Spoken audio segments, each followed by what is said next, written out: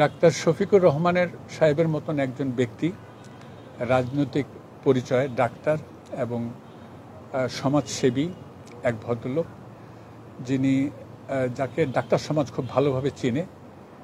উনি যে ইউনাইটেড হসপিটালে অপারেশন করছেন এটা কিন্তু খুব বড় কথা না। উনি যে ডাক্তার জাহাঙ্গীরের কাছে অপারেশন করছে এটাও কিন্তু তেমন বড় কথা না। সবচেয়ে বড় কথা যে উনি বাংলাদেশে অপারেশন করছেন, that is the main thing. এই কনফিডেন্সটা উনি আমাদের উপরে পেয়েছেন, এইটা হলো সবচেয়ে বড় জিনিস। যে উনি চিন্তা করছেন যে আমি বাংলাদেশের ডাক্তারের কাছে করব।